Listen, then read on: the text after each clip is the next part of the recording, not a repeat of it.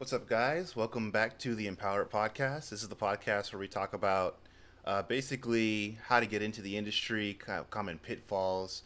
Our core audience, we hope to be, people maybe in college or recently graduated.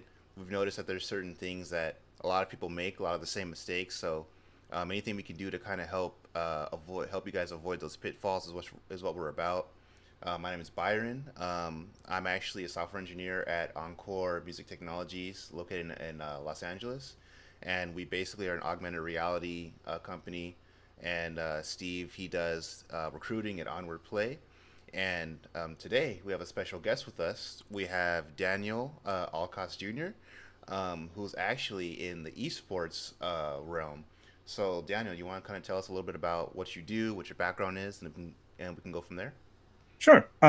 Thank you for having me. I am officially going to start at Upper Deck as the esports product development coordinator tomorrow.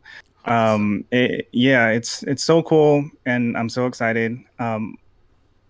Literally everything that I have on my background and in my resume basically has zero to do with games. So, I mean, this is why this I think is going to be an important conversation that we have because this is something that I've always wanted to be in. I mean, gaming has always been in my life. It's always shaped who I am and molded my entire everything that I've done.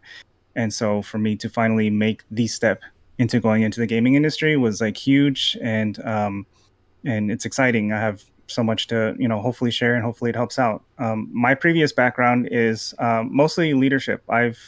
Previously I've owned a franchise business, and we did promotional products. I was just a distributor basically, and that was like my intention to get into the gaming industry. I used to go into conventions every year, and I noticed that everyone had swag and all this other stuff that they wanted to sell, and they all bought it from different people. They had different vendors, and as a distributor, I could have been the I wanted to be the go-to for all those things. Like I can literally get you everything that you're already getting, even from the same vendor. But it would go through me. I'd do all the legwork, and you don't have to, talk to so many different people. And that was kind of my first attempt at getting in the gaming industry. So, other than that, I've just been doing account management. I was My range of jobs is amazing. So previously, before that, I was a safety technician at Scripps Research Institute. Nothing to do with gaming, right? Mm-hmm. Before that, I was a mechanic for semis at Cisco Foods. Before that, I was in leadership at Whole Foods Market. So, I mean, so many different things. And, you know, at the end of the day, I finally just wanted to do what I wanted to do in the gaming industry. And like I've been working with Daniel for a while now. We actually connected. I can't even remember how we connected. It might have been on LinkedIn, but I It remember was that IGDA. It was one of the IGDA. mixers. Yeah. Yeah, and I just remember having a conversation with Daniel, and we just kind of like hit it off.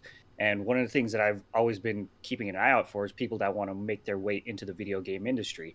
And obviously, as a recruiter and in my history at PlayStation, I've been helping people out. And I know I've been working with Daniel for a while, and just to see him in this journey and for him to finally get that opportunity to work in video games, it was so inspiring for me because I know how hard he's been working at this and the challenge of getting into the industry without having the quote unquote experience already.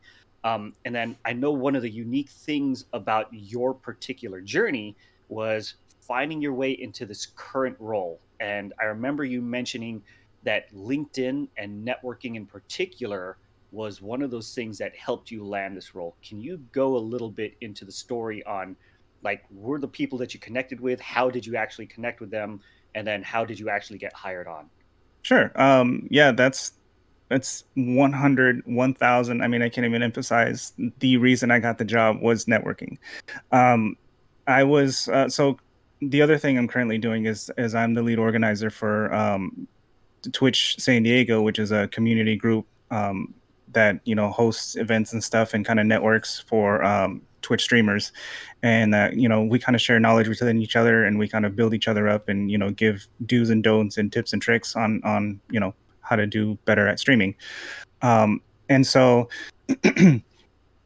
I figured the best transferable data that I had for what I'm doing into the gaming industry is to be a community manager for whatever company that needed a community manager. I mean, it's a very very specific role, and it's very kind of transferable to what I'm doing because that's literally what I'm doing with the Twitch San Diego group.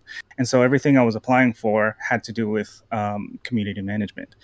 I ended up finding a community management position available at Upper Deck, and I was going through the job description, and then it said something about. I mean, if you don't know what Upper Deck is, they do trading cards. They're basically physical cards that you do, baseball, sports, all sorts of things. I was reading the description, and then it said something about esports and video games, and like I hadn't collected cards since I started owning my own apartment, and I knew I couldn't fit them in there anymore, so I kind of had to stop collecting. And so I was like, "Are they doing esports stuff? Like, where have I been? How did I miss this?" And so then I got really interested and I was intrigued. And I was like, I wonder what they're doing in esports. They have it here in the job description. It's part of what they're doing. Let me look it up. And so I go onto LinkedIn, look up Upper Deck, and then I just type in esports in the search bar. And a few people popped up and I saw the title said like esports coordinator. Let me go ahead and click on that. Let me send them a message. I want to connect. Um, and put in the notes. I was like, hey, I just noticed that you work for Upper Deck. You have an esports title. I'm very intrigued. What is Upper Deck doing with esports? I did a quick Google. They have Overwatch cards. I was like, but other than that, do you guys have more plans in the future? I wasn't really expecting a response because that's kind of out of left field. Mm-hmm. But yeah, he responded, and we got into conversations, and talking for a good month. And he's just like, hey, by the way, I'm going to be taking off to New York, and a position is going to open up soon. I really think you should apply for it. And I was like, what position? And he said it was product development for esports and video games. I was like, that's nowhere near my radar. Like, I have no idea what that's about. I have no idea what it would entail. I don't know what I would do. How do I bring my experience and transfer it to something like that? Like, how am I going to apply for this position that I know nothing about and be successful at it? And so, he encouraged me and he kind of told me what I really actually needed for the position is just the knowledge. I need to be knowledgeable on esports like all the time, video games all the time. I was like, dude, I eat, breathe, and I live video games. This is me. I was like, you're hyping me up. I'm really gonna apply for this. Like, you're doing it, man. You're doing it. I'm going for it. So one thing led to another, and here I am. I start tomorrow.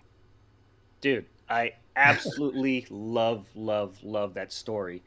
And one of the things that we talk about on this podcast is kind of how to interview without being interviewed, right?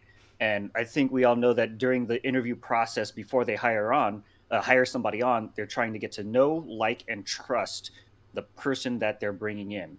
And one of the things that you mentioned is that you had been having conversations regularly with this guy for about the process, about a month, right? Yeah. And through those conversations, I'm sure he was just getting to know you. What's your work ethic? What's your history? What are the things that you've done?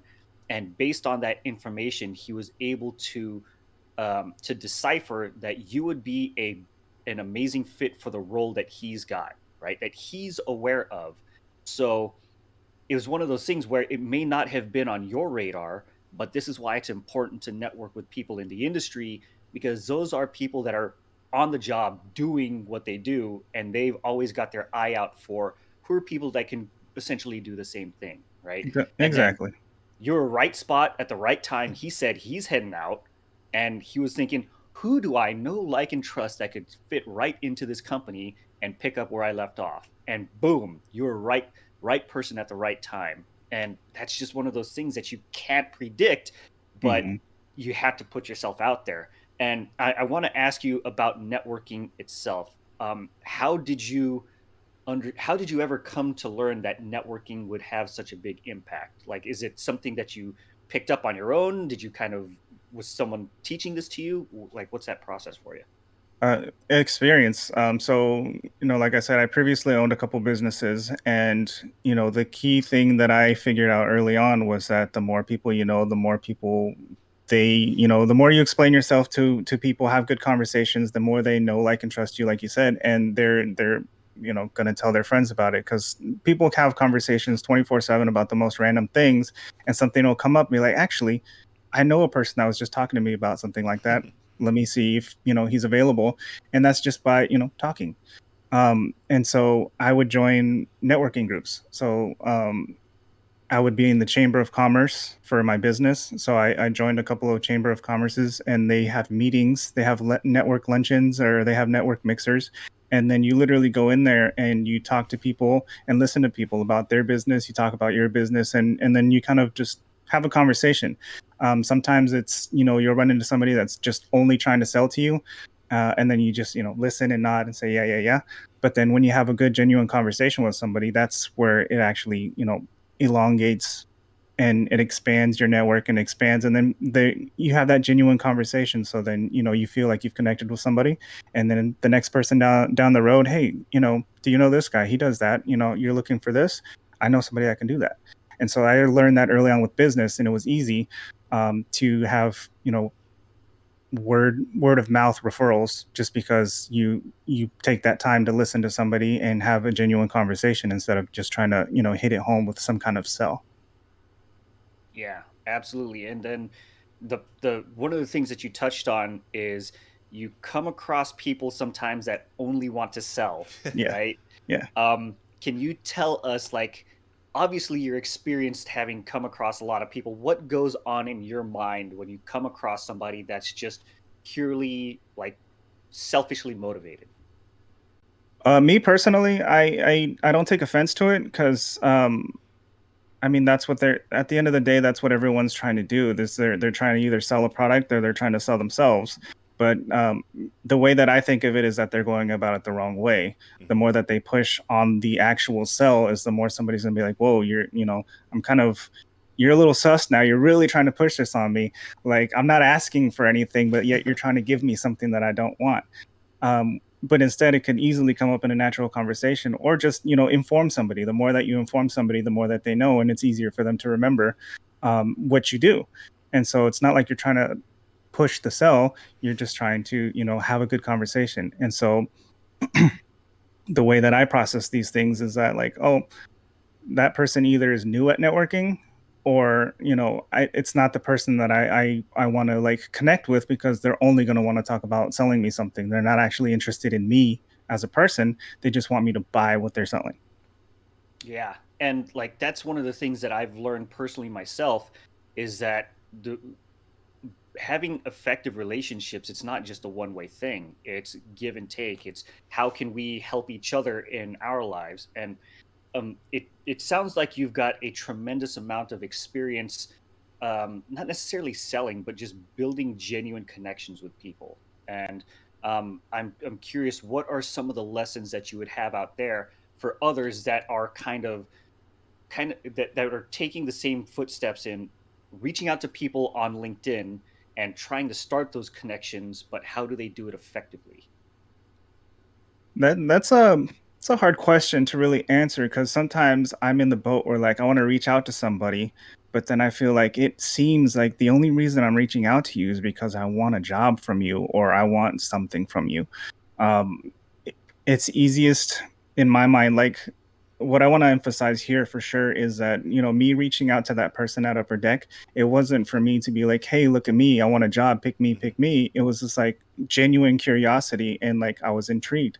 Like, I didn't know you guys were like so into esports and video games. Like, please tell me more. I wasn't in his DMs like, hey, if a position opens up, let me know. Here's my resume. Like, check it out. I've done this. I've done this. I'm done this. Like, here's a flex. Here's a flex. No, it's more like, let me get to know you. I'm really curious. Like, this is what builds the relationships, and I think the relationship part of it is the actual important part. And it's not like I want to reach out to you because I want something from you. Um, it could be like a side effect. It'd be a great, side effect from reaching out to people. But I think humans, I mean, I know myself, I'm always interested in learning something new, especially if it's in the field that I adore, like video games. I'm super interested in anything video game related. If you told me, like, there's going to be monitors or something that are like specifically video game, I'm going to go look at those monitors because it's video game related. And so you're obviously trying to get a job in the gaming industry because you want to be in the gaming industry. Hmm. So it's more about, I guess, reflecting your interests and what you know instead of like, hey, pick me. I want a job. That's pretty interesting. I actually had a pretty similar experience to that with my current company. I definitely reached Hmm. out. Um, wasn't expecting a job out of it, but I love what they were doing. Like for context, I work at a company called Encore, and they do Hmm. basically augmented reality music videos for artists. Well, Um, that's cool. yeah, yeah. So the whole idea is to create a middle class of like musicians, and I love that idea. Right, that's something that I've had a vision for myself. So I reached out and said, "Hey, this is really cool. I love what you guys are doing." Of course, it led to a job, but that's not initially how Yeah. how I got there, right? Um, but yeah, so I say that to say this that I know something that a lot of creatives in this industry struggle with is um, right off the bat they ask for that job. I think that's not really the best way of approaching networking. They're not coming at it from that person's point of view. Do you really think that they want? Most of the time, they're not even in a position to hire you. Like, Yeah. Yeah. so There's like, only like a yeah, couple critical people that have that actual, decision making in their job title, but you might not come across that person. Yeah. yeah, So for asking for a job to somebody that can't even give it to you is kind of off-putting too, for sure.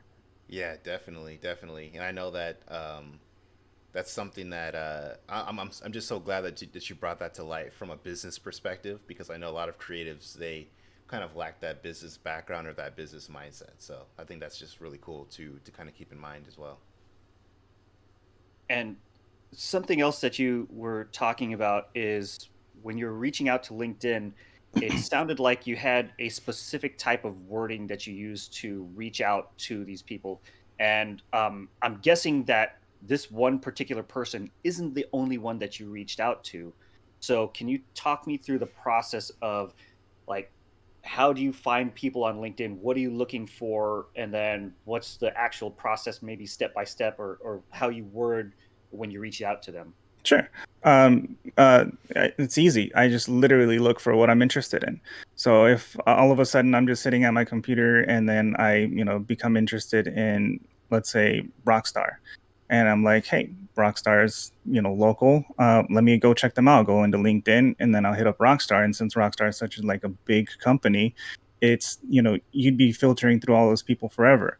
So then I just either I would just type in San Diego in the search bar, and then it'll show up everyone that's in San Diego, and I'll kind of like shuffle through all the titles until find something that's interesting or that I can actually have a conversation about. Like I'm not going to go into click on somebody from HR and be like, "Hey, dude, want to talk about video games?" Because I mean, who knows if they even know about video games? Yeah, they work at Rockstar, but they're HR, Yeah. and am I going to have an HR related, conversation with this person? No, I really have no idea what they do in HR. So I definitely wouldn't connect with that person.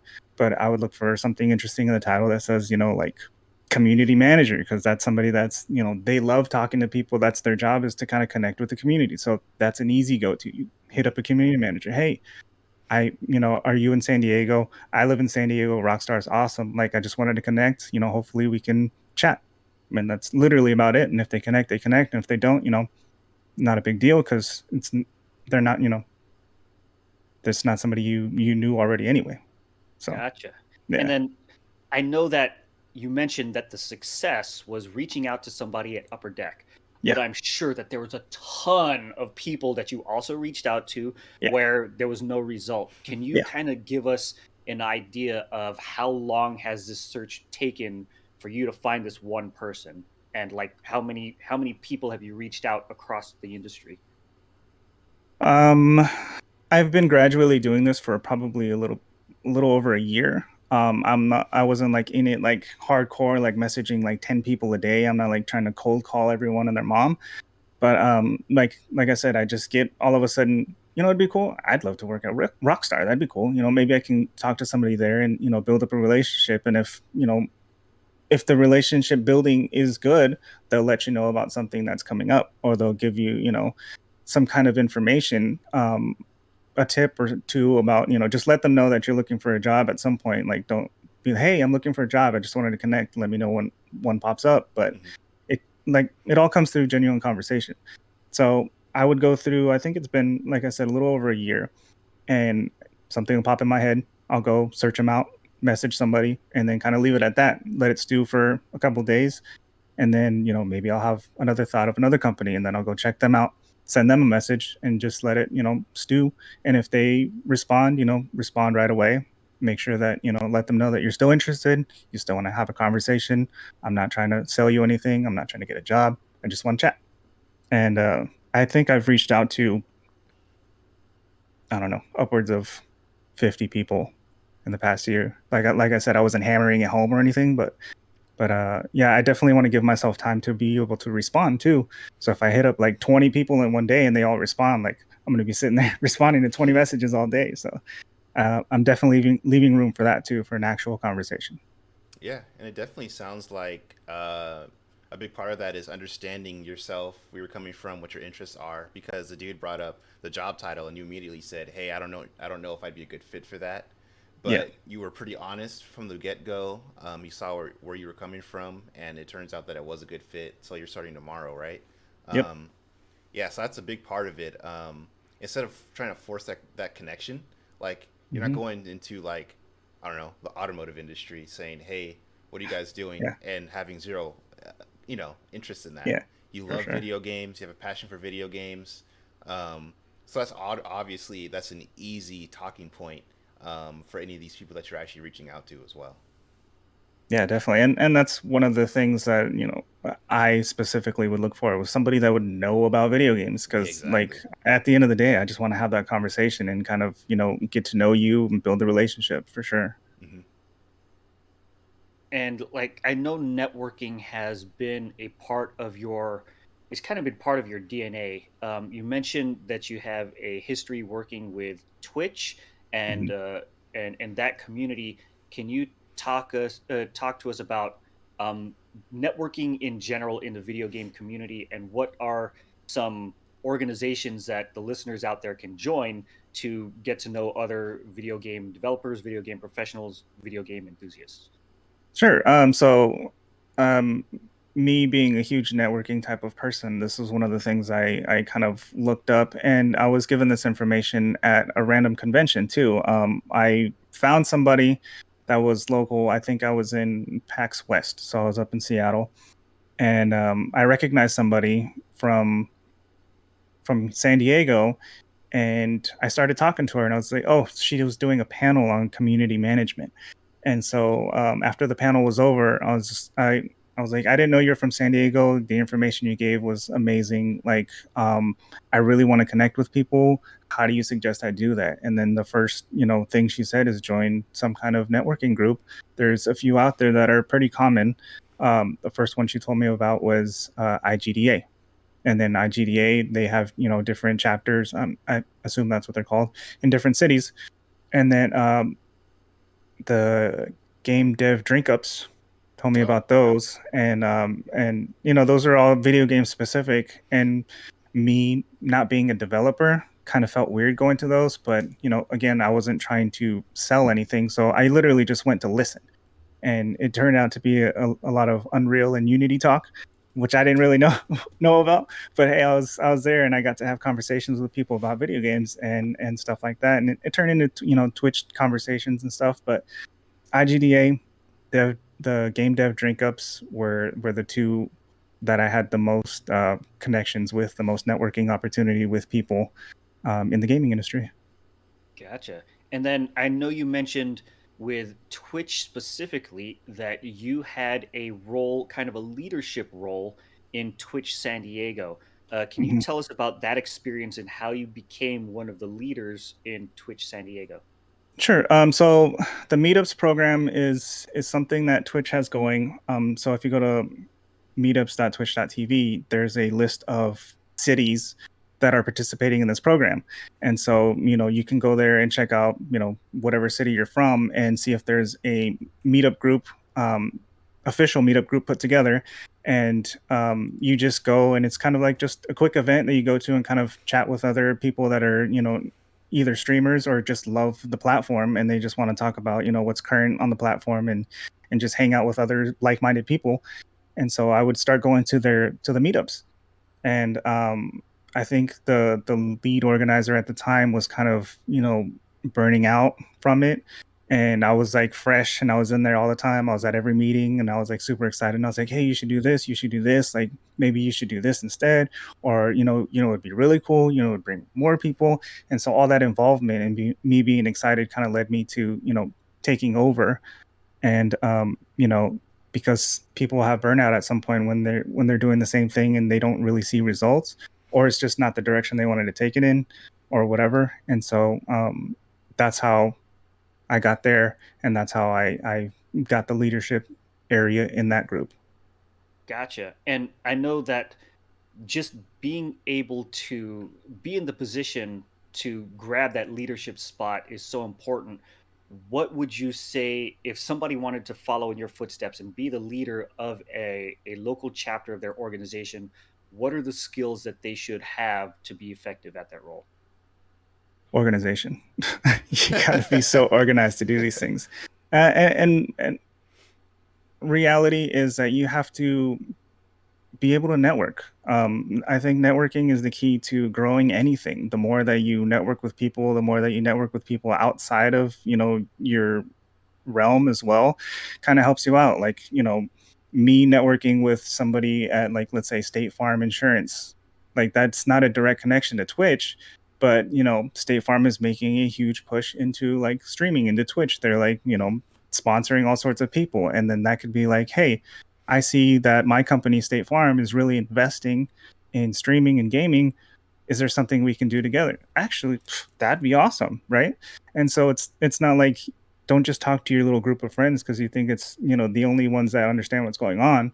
Like esports and video games is going to blow up, and whatever industry you're in that you want to network in, people outside of your industry might know, and it might be growing, and there might be one involved too. So I mean, it's more or less networking with people and being able to be organized enough to grow, to find event venues, to find cool ways to promote, and just having that kind of mentality where you want to grow and you want to help people instead of just making it a personal objective. So let's double click on the organization aspect of what you talked about, right? Or being quote unquote organized. That's such like a nebulous term. Yeah. Can you talk about specifically what are some of the challenges that you had to overcome when it came to like organizing an event? Like, what are the logistics? Did you have spreadsheets? Did you have to reach out and cold call people? Like, what was that for you? Yeah, so the organizational part of that and getting an event together is more or less coordinating with the people that are going to be there. Some people work weekdays, some people work weekends. Like you can't always have a dedicated day for something unless you organize it out in advance and tell people if this day is going to work for you, I'm going to have it on this day. Sometimes I'm going to have it on another day, so those that it doesn't work out for, you can go to that. Calling places, figuring out venues, figuring out where you can hold certain things. That all of that is like intertwined in the organizational part. So it's more or less being able to figure out how to get everyone there and make everyone happy and keep everyone happy. Is this specific on that venue? What they're going to have to eat or drink? You can't take them anywhere where they're not going to have anything because what if you get thirsty? Like, what are you going to do? So that's something you always have to keep in mind. Some place that might be friendly for those that are under 21. Like sometimes it might not be a bar or be open to communicate about that. It's going to be at a bar or something. You have to be 21 and up event. Sorry for those that can't make it. And it's more of the communication too. The more you communicate, it's easier to get things organized because then people will speak up. Cool. And like the thing that I love about you taking that leadership position is that you're able to organize all of these events to happen, right? Communicating with so many people, the venues, organizing the logistics, the time, the what are the different amenities that are available. Mm-hmm. And what a lot of people don't realize is that those are skills that you can put on a resume, right? Mm-hmm. And I think that's an example of somebody problem solving on their own, figuring out solutions, and then this is how you can get real world experience and be able to put it on your resume even though you're not getting paid for it. You know what I mean? Yeah. So can you tell me what of those skills that you were practicing have translated into helping you get this job? It was more of the management aspect of what it got me. Um, was a good point on like in our conversation because I did put on my resume that I am, the lead organizer for Twitch San Diego, but I didn't like emphasize on it. And then they're like, "Hey, I see this here. What is this about? And what did you do there?" And I was like, "Well, I'm glad you asked. This is what I did. I put in, my managerial side on getting these things done. I've put in some organization to get these things in order. I've executed this and that to get events going. I'm in the process of doing this show's initiative. Um, Everything that you can kind of, if you sit down and think about it and you put it down in a professional like atmosphere, there's so many positives you can bring out that will help you in a job interview. And it's just, you could just say, "Hey, I just put events together for streamers and for people that love Twitch, and it's fun." But if you get down to the nitty gritty and the details and you actually, bring those details out, there's so many things that people want to see in the workplace that you do. And, one of my tips I think would be for organizers for organizations that do networking and events and stuff, they always need help. If you want to start volunteering for help, that's something quantifiable. So that's something you can put on, a resume. I helped so and so plan this event. I helped so and so bring in this amount of donations. I've helped so and so do this. And you can actually quantify those things and it looks good.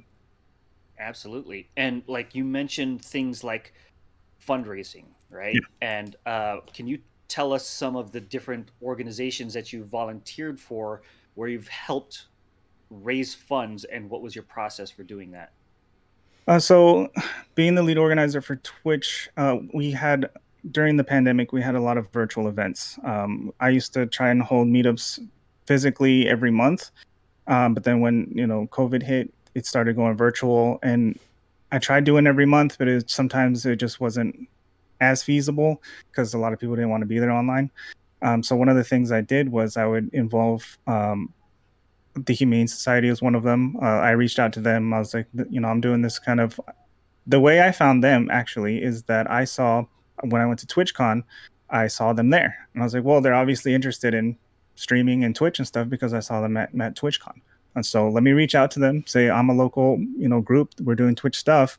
If you would like to come on and talk about your organization for a little bit, hopefully we can get some donations in. And so I did that with, Humane Society. I think it was the North County Food Bank, Stand Up to Cancer, and Stack Up, all sorts of organizations. And that's all I did was just invite them over to have basically like this, a conversation where we kind of talk about their organization, what they do for the community. And, it just inspires people to learn more, to donate, to participate, to be involved, to volunteer. Dude, I love that. And like connecting with all of these people, reaching out on LinkedIn. On our previous podcast, one of the things that we talked about was mindset. And through all of these different organizations that you're a part of, all of these different activities that you're in, I know that in your head you've got certain motivations, Mm-hmm. and not only that, but you have to overcome tons of different challenges, right? Yep. So for you, what are the things about your mindset that allows you to overcome all of the problems? Because I know there's a ton of them, but what keeps you motivated, and how do you keep going on? It's gonna sound corny, but seeing people like um, I don't know why Dr. Lupo sticks in my mind specifically, but like seeing him like raise so much money for like St. Jude and stuff is like very inspiring. And it's just like if you can like just sit here and talk about something and then people just like donate millions of dollars because you're bringing something in front of them, you're just showing them, you're just informing them about something that already exists. Like I don't need to be an expert on a specific organization. I just need to bring the person that is, they can talk about it and I can talk about it with them, and it helps their organization. And then obviously I'm not going to pick an organization that I don't see the benefit in, but I can see the benefit in the Humane Society. I see the benefit in the food bank. I see the benefit in Extra Life and Rady Children's. So I would love to have them here, to bring them in front of everyone and just talk about it. And so my inspiration is that I can help people just by talking. I can help people just by, bringing them in. I can help people just by, shining a light on them for a minute with, the little platform that I have, So that's what inspires me, is that I can help people in my own way, and it's actually helping. I'm actually doing something. It's not for nothing. It lets, I think that's such a huge part of networking effectively, is just finding people to connect with, finding ways that you can help them.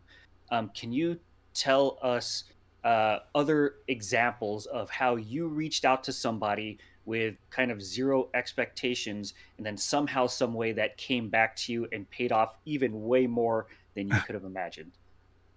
Um, gosh, there's so many people that I've talked to that come back, and I mean, I guess that's really testament to what you're saying, is that at some point you have a good conversation with someone that generally doesn't lead anywhere right off the bat, but then they'll come back later and be like, hey, like, I remember we had this conversation like a year ago, a couple years ago, like, hey, it's great to connect.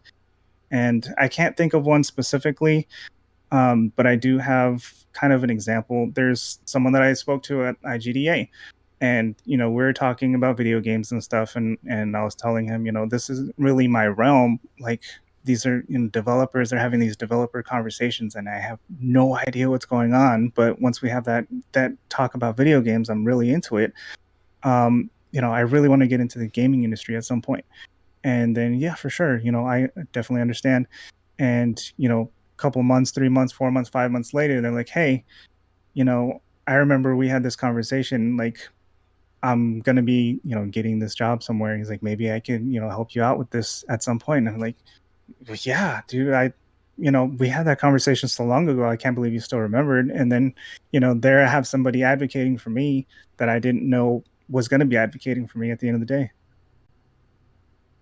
Dude, I love that. And that's one of those things where, in my head, the power of networking, the power of building genuine relationships with people, and like, this is something that I believe should be emphasized, because it's something that they don't necessarily teach, in your professional, or in your education, right? Mhm. Going to college. Yeah. So for you, I know there's a lot of people that are like coming straight out of the university and into the job market. What are some things that you would like to, like, advice that you would like to give people that you had to learn outside of your formal education? Just be genuine, I think, is the biggest um you know advice I could give. You can have your intentions in there. Like, at the end of the day, if your intention is to work in the gaming industry, then speak to people in the gaming industry, but have a genuine conversation. Ask them about their day. Don't always keep it on the work subject either, because there's people that that work in the gaming industry 24/7. Last thing they want to do is have more gaming industry talk. So it's just like having a normal conversation, like, oh, I have kids, you have kids, cool. Like, or, oh, I'm fresh out of college too. You're fresh out of college. Cool, man. Oh, I see that you're working there. That must be super awesome. Like, can you tell me about it?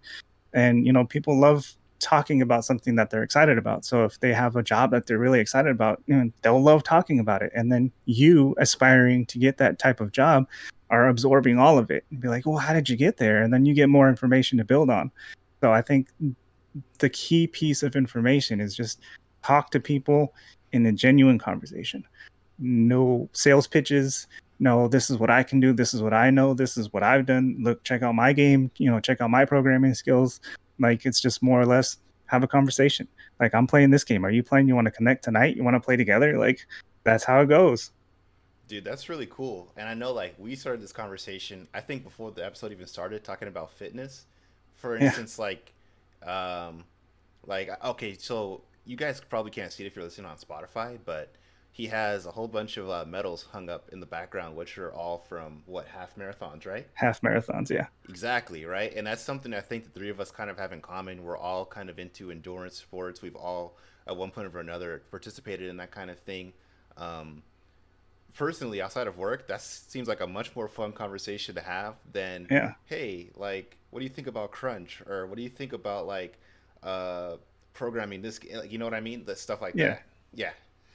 For sure. And then like I have these up and it's an easy starting point, it's an easy conversation piece. Like if you know, it sounds nerdy, but if you wear something that like some kind of branded shirt and it's like Assassin's Creed shirt or something like, hey, is that Assassin's Creed? Yeah. Oh, dude, I play that game too. I mean, if you have those kind of like if you're able to spot those things on somebody and you're able to get that conversation started, then that just starts the genuine conversation right off the bat.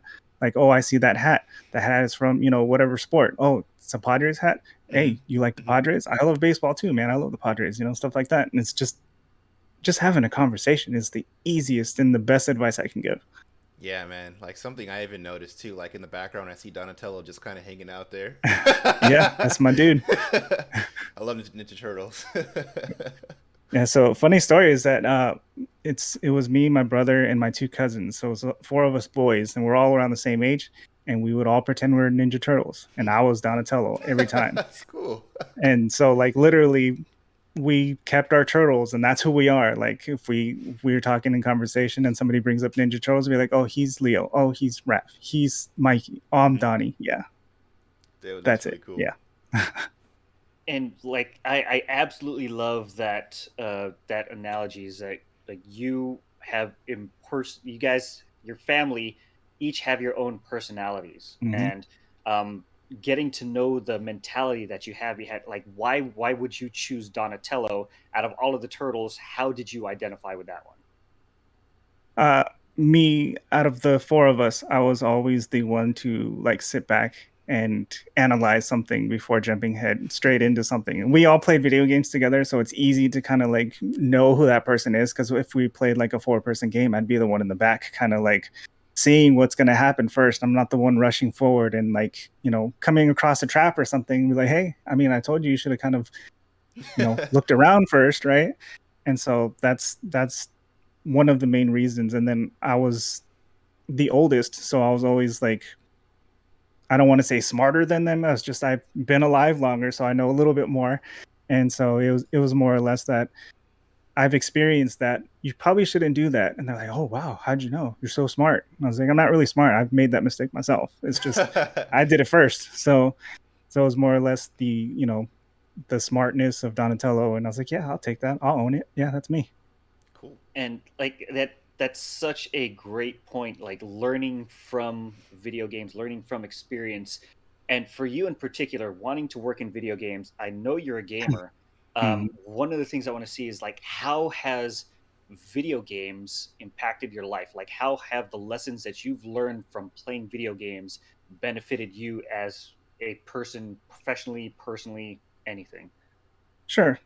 So I have a very, very long history of how video games have helped me.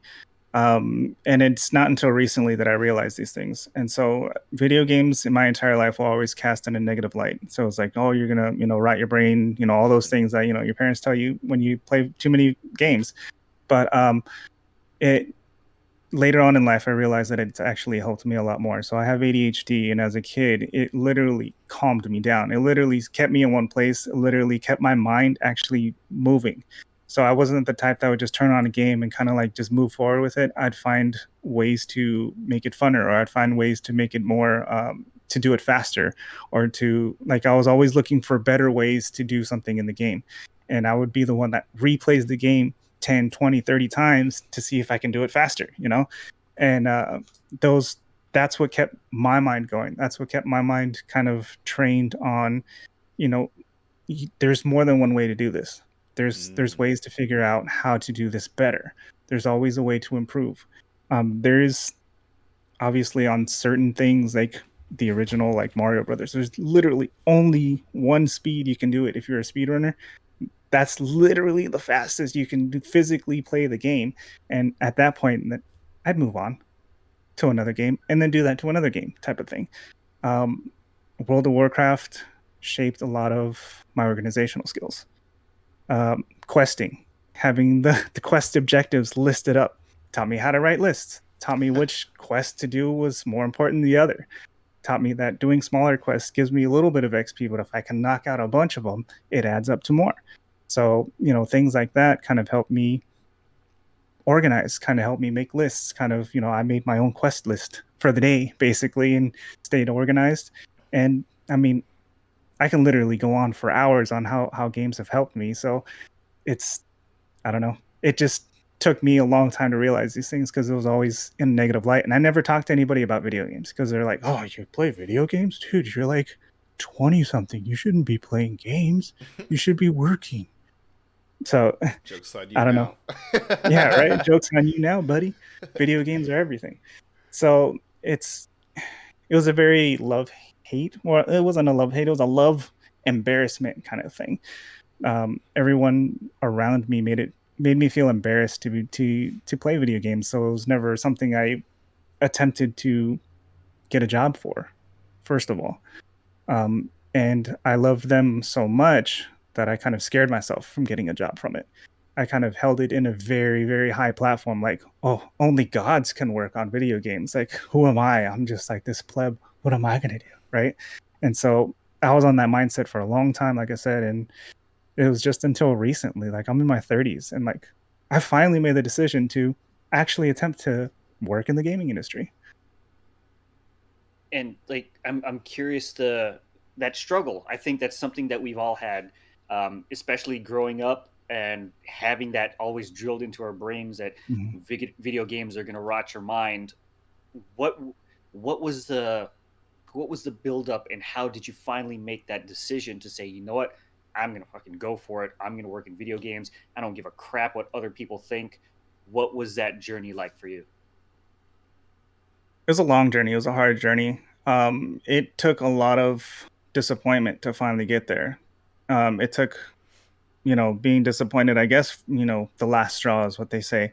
Um, it's just like I'm unhappy with all these things that I'm doing. I'm unhappy in these places that I'm working at because it's so boring to me, or it's so bland. It's so cookie cutter type of thing.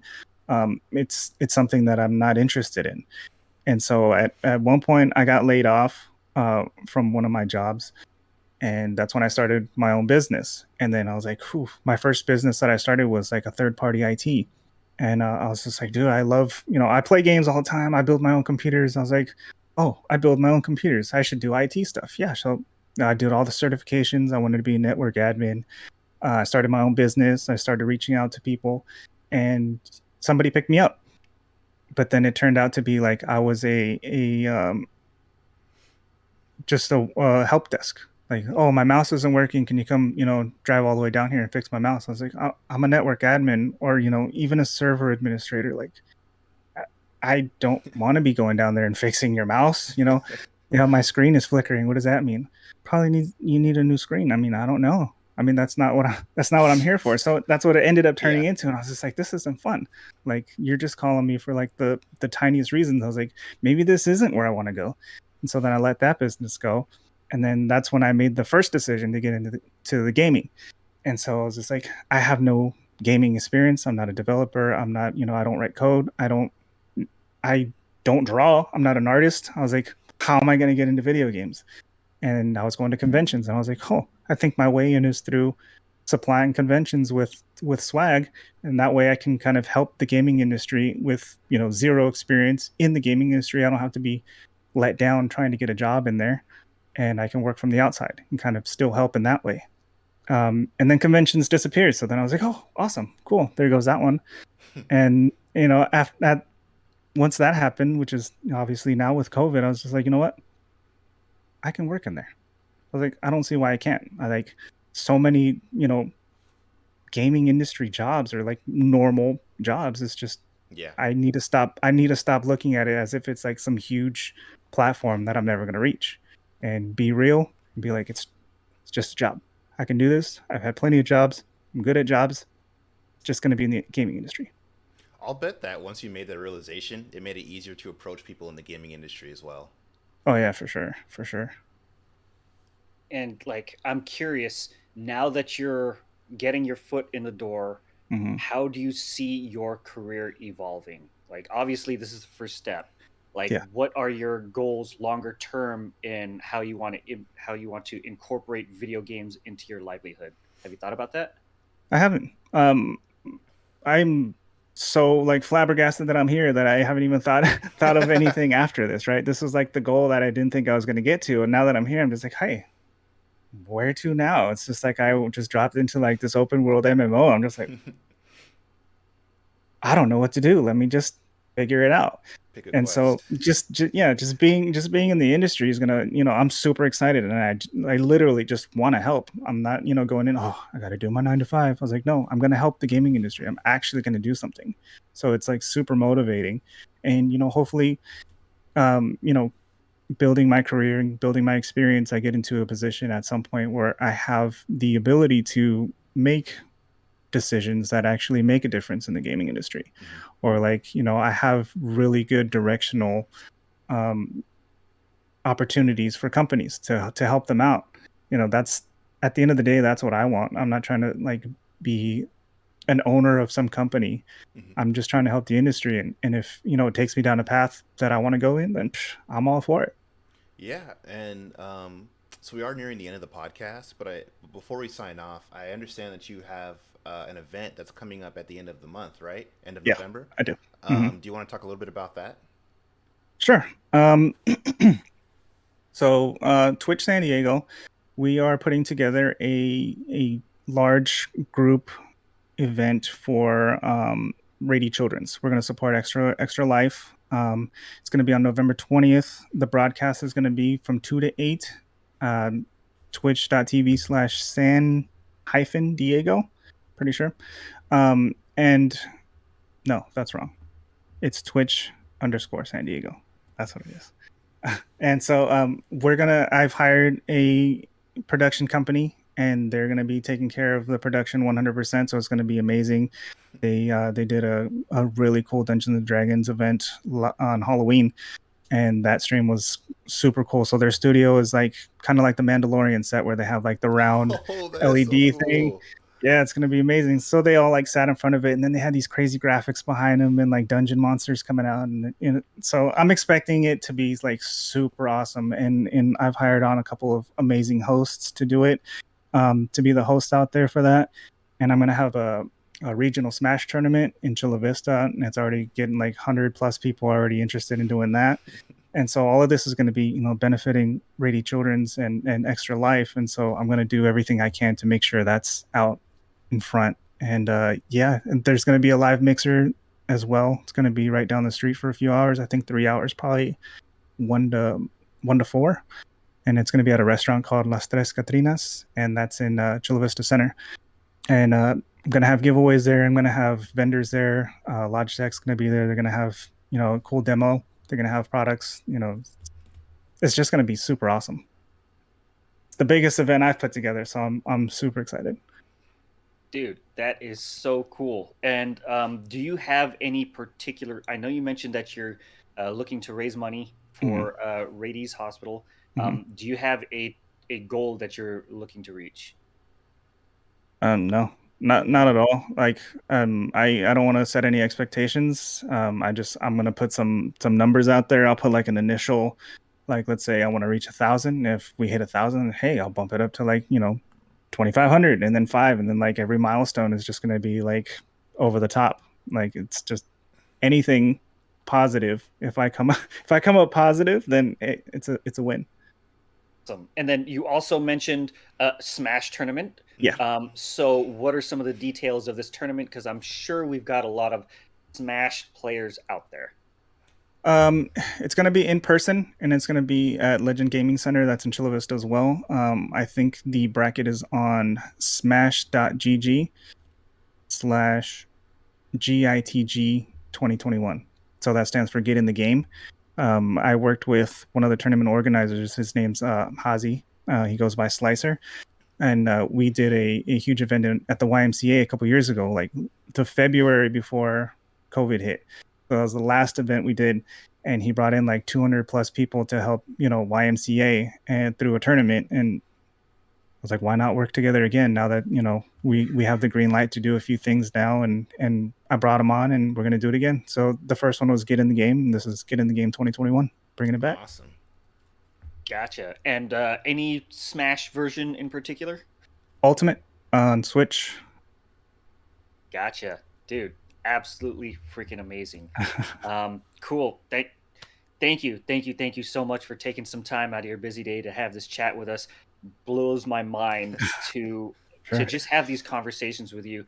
Yeah. And I'm so proud of you in your journey for having to being able to overcome all of these different challenges. So when you mentioned to me that you had this victory of finally getting this job, Mhm. like my heart just fucking opened up and I was so happy for you. So Thank thank you. you so much for sharing your journey, sharing these amazing um, victories that you've had, things that you're doing moving forward, and yes, like amazing stuff. Thank you, Daniel, for joining us. Mr. Byron, I'll let you do your thing. Oh yeah, sure. Yeah, thanks, man. This was an awesome episode. Um, you've already mentioned kind of some of the events coming up, the Smash tournament, Yeah. the event for Rady Children's Hospital. Where can people find you? LinkedIn, social media, anything that you're comfortable sharing with us? Yeah, actually Serious Yo is my tag just about everywhere. On in gaming, in Instagram, on Twitter. I think Serious Yo. If it's cap sensitive, it's all caps because I'm serious, you know what I mean? Uh, yeah, I really appreciate you guys having me here. And one thing I want to mention before I leave is that Steve was a huge part of me having this success, having this story, connecting with him. It was all part of networking. But he had some great advice. I'd come through and be like, "This is what I'm doing now." He's like, "Oh, here's some resources that might help you out in that area." And then I'd come back to him a couple months later. "Hey, these are the things that I did that you helped me out with.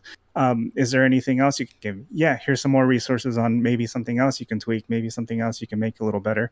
And so, I mean, that's why I was so happy to share it with you, because all that information you gave me, awesome information, helped out too. That's awesome, man. And again, thanks for coming on.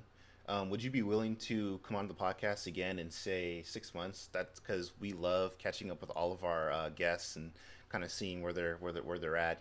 See how they've progressed and everything. Yeah, of course. I mean, if it helps, if this is benefiting somebody else that might be in my position, or is close to, like, making a decision to do something or to not do something, I'm definitely willing to, if talking is going to help somebody out, I'm willing to talk all day long. Awesome, awesome, man.